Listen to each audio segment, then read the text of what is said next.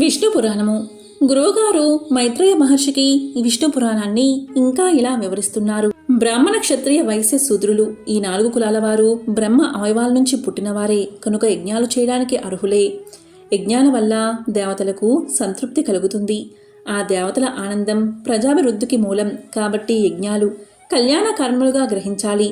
పాపకర్మల ఆలోచన లేక, దుర్జనుల పనులు విమర్శించక, ధర్మ మార్గం తప్పక, నిందవచ్చే పనులు చేయక, ఇతరుల పొగడ్తులకు పొంగక ప్రవర్తించే నరులు సురులతో సమానులు.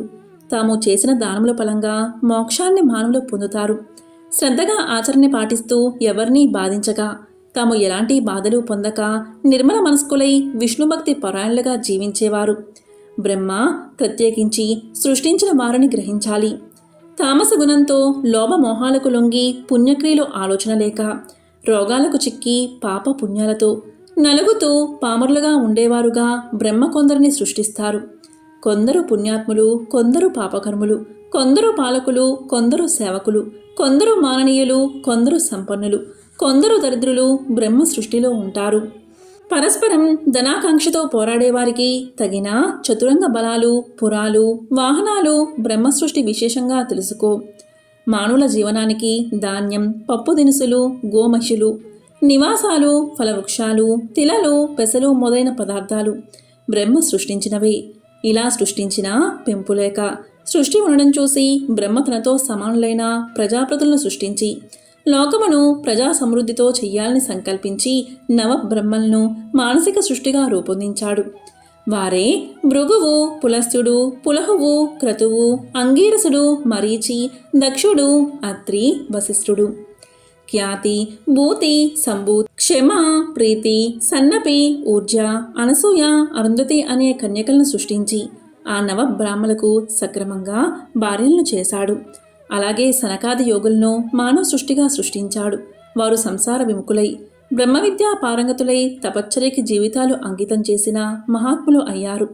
తరువాత పద్మాసురుడి కనుల బొమ్మల నుంచి కామినీ సహితుడై మధ్యాహ్న భాస్కరుడులాగా పాలాక్షుడైన రుద్రుడు ఉద్భవించాడు. ఆ అర్ధనారీశ్వరుడి వెంట మరి 10 మంది జన్మించారు. మొత్తం వారు ఏకాదశ రుద్రులు. తరువాత బ్రహ్మ ఒక పుత్రుణ్ణి పుట్టించాడు. అతని పేరే స్వయంభువ మనువు. శక్తియుక్తులకు ఆ తండ్రి లాంటివాడు. అతడు శతరూప అనే కాంతను పరిగ్రహించాడు. ఆ వధూవరులకు ప్రియవ్రతుడు, ఉత్తానపాదుడు అనే 2 కొడుకులు, ప్రసూతి, ఆకుతి అనే 2 కూతుళ్ళు కలిగారు. దక్షుడు ప్రసూతిని, రుచికుడు ఆకుతిని చేపట్టారు. వారికి యజ్ఞుడు అనే కొడుకు కలిగాడు. అతను దక్షిణయందు యాములు అనే కొడుకులు 12 పుట్టి దేవగణములయ్యారు. దక్షిణకు ప్రసూతియందు 24 కూతుళ్ళు జన్మించారు. వారిలో శ్రద్ధ, లక్ష్మి, ధృతి, తుష్టి, పుష్టి, మేధ, క్రియ, బుద్ధి, లజ్జ, వపువు, శాంతి, సిద్ధి, కీర్తి అనే 13 మందిని ధర్మము పరిగ్రహించాడు. ఖ్యాతి, సతి, సంభూతి, శృతి, ప్రీతి, క్షమ, సన్నపి, అనసూయ, ఊర్జ, స్వాహ అనే 11 మందిని వరుసగా భృగువు, భవుడు, మరీచి, అంగీరసుడు, పులస్త్యుడు, పులహుడు, క్రతువు, అత్రి, వశిష్ఠుడు, అగ్ని, పితృదేవుడు వరించారు. తరువాత కల్పారంభ సమయమందు బ్రహ్మ అంకము నుంచి ఒకరిని పుట్టించాడు. అతని పేరు నీలలోహితుడు. పుట్టిన వెంటనే ఆ శిశువు నాకు పేరేమి అని రోదించగా రోదనం వల్ల రుద్రుడు అనే పేరు పెట్టారు. ఆ బాలుడు అలాగే 7 సార్లు ఏడవగా వారించి భవుడు, సర్వుడు, మహేశ్వరుడు, పశుపతి, భీముడు, ఉగ్రుడు, మహాదేవుడు అనే పేర్లు పెట్టి రుద్రాదిగా 8 పేర్ల వారిని చేసి 8 మందిగా విభజించాడు. వారు సూర్యుడు, జలం, పృథ్వీ, వాయువు, అగ్ని, ఆకాశం, దీక్షితుడు, చంద్రుడు అనే శరీరాలుగా ఉండేటట్లు చేసి ఆ సూర్యాదులకు వరుసగా సువర్చల, ఉష, సుకేసి, శివ, స్వాహ, దిక్కు, దీక్ష, రోహిణి అనే వారిని భార్యలుగా చేశాడు. అష్టమూర్తి అయిన రుద్రుడుకు మేనకా హిమవంతులకు జన్మించిన ఆదిశక్తి పరమేశ్వరి గౌరీ సతిగా ప్రసూతి పొంది భార్య అయింది. భృగువునకు ఖ్యాతియందు దాత, విధాత అనే కొడుకులు, లక్ష్మి అనే కూతురు జన్మించారు. ఆ లక్ష్మిని శ్రీహరికిచ్చి పెళ్లి చేశాడు అనగా విని మైత్రేయుడు అడిగాడు. లక్ష్మికి పాలకడలి కూతురని లోకంలో పేరు, మీరు భృగుపుత్రిక అని చెప్తున్నారు, ఏమిటి వింత అనగా శిష్యుడి ప్రశ్నకు గురువు ఇలా చెప్పాడు. మైత్రేయ సర్వభూతమయుడైన వాసుదేవుని మాయాశక్తి లక్ష్మి రూపంతో అతనికి తోడై ఉంటుంది. కనుక లోకాలకు సంపద కలిగించేవైన పరికరాలన్నీ స్త్రీ చిహ్నాలను చెప్పదగినవి. ఇంతెందుకు, లోకాలలో చరాచర భూతకోటి యందు అందమైన స్త్రీ రూపాలన్నీ లక్ష్మీ రూపాలే. పురుషాకారములన్నీ హరిమయమని గ్రహించు. పాలకడల్లో పుట్టి రమాదేవి వాసుదేవుని దేవి అయి లోకాల్లో ప్రసిద్ధి పొందడం వేదవాక్కు. ఆ వృత్తాంతం మరచి బ్రహ్మముఖతః నేను విన్నది చెప్తాను విను. అత్రికి అనసూయందు శంకరాంశతో జన్మించిన వాడు దూర్వాసుడు. కోపానికి పురుషరూపం. కోపించాడంటే బ్రహ్మాదులను కూడా గడగడలాంచగల అపరరుద్రుడు. తాపసుల్లో మిన్నగా పెరుగునవాడు. ఒకప్పుడు భూమినంతను పరిభ్రమించి ఇంద్రలోకానికి చేరుకున్నాడు. అప్పుడు ఒక విద్యాధర కాంత నందనవనంలో ఉన్న పారిజాతం నుంచి పువ్వులు కోసి దండ అల్లి పట్టుకుని ఎదురు వచ్చి దూర్వాసుని చూసి ఆ దండ ఇచ్చి నమస్కారం చేసి వెళ్ళిపోయింది. దూర్వాసుడు ఆ దండను నా జడలకు వేలాడగట్టి విలాసంగా ఏనుగులాగా నడుస్తూ వస్తూ ఎదురుగా ఐరావతం మీద కూర్చున్న ఇంద్రుణ్ణి చూసి కొంచెం పక్కకు ఒత్తిగిలి నిల్చున్నాడు. ఒకంతసేపటికి ఇంద్రుడు దగ్గరగా వచ్చాడు.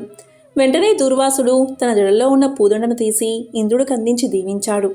ఇంద్రుడు ఆ దండను అంకుశముతో అందుకుని అలక్ష్యంగా ఐరావతం కుంభస్థలంపైన ఉంచాడు.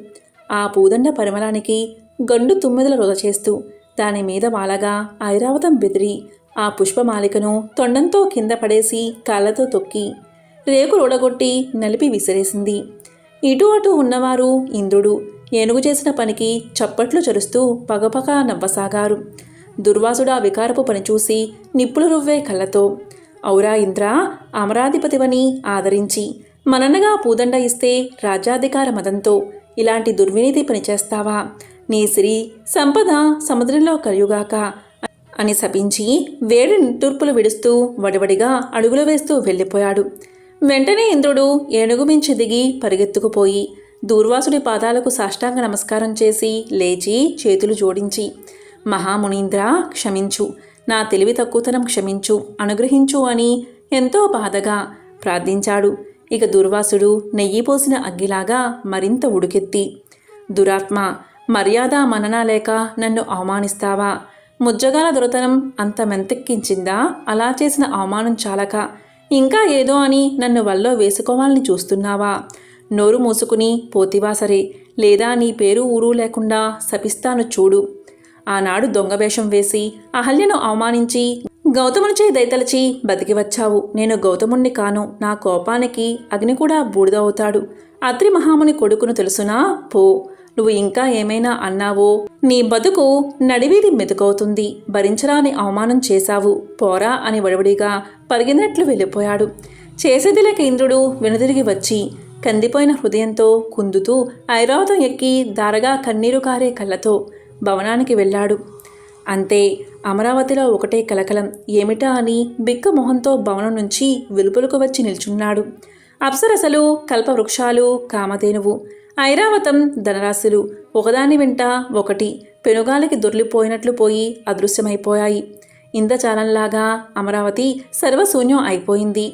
దూర్వాసుడు పెట్టిన శాపం ముల్లోకాల ప్రభువుకి తగిన ముజ్జుగాలకి ఆవరించింది. ధరలో దానధర్మాలు తరచాటాయి. అనావృష్టి, సస్యనాశం, ధనధాన్యాల తరుగుదల, యజ్ఞాలు పేరుకే. మరి దేవతలకు ఉపవాసం. ఇలాంటి దౌర్భాగ్యం పట్టింది. ఇదే సమయమని విప్రజిత్తు మొదలైన దానవులు అమరావతి మీదకు దండెత్తారు. అక్కడ చాటుమాటుగా ఉన్న సంపద కొల్లగొట్టి ఇంద్రుణ్ణి ఎదిరించారు. సర్వసన్యాసం చుట్టుకున్న ఇంద్రుడు వారిని ఎదిరించలేక పారిపోయి బ్రహ్మను దర్శించి దుర్వాసుడి శాపం వల్ల ముల్లోకాలకు తనకు పట్టిన దౌర్భాగ్య దశ రోధిస్తూ చెప్పాడు. ఇంద్ర, దుర్వాసుడు సామాన్యుడు కాదు. శ్రీ సంపదలు నీకు పోయినా నువ్వు ప్రాణాలతో ఉన్నావు. అందుకు సంతోషించు. ఆ దుర్వాసుడి పేరు చెబితే నా గుండె కూడా గడగడలాడుతుంది. ఒక్క మాట విను. ఎలాంటి ఆపదలను బాపి సిరి సంపదలు నింపుగా కలిగించి కాపాడే సర్వశక్తి సంపన్నుడు లక్ష్మీరమణుడు. పద, ఆ స్వామిని ప్రార్థించు అని అగ్నిముద్రుల దిక్పాలకులను, బృహస్పతి మున్నగాగల ముళ్లను వెంటనుంచుకుని బ్రహ్మ పాలసముద్రం వద్దకు వెళ్ళాడు. ఇంకా గురువు మైత్రేయుడికి ఈ విధంగా చెప్తున్నాడు. ఓం నమో నారాయణాయ.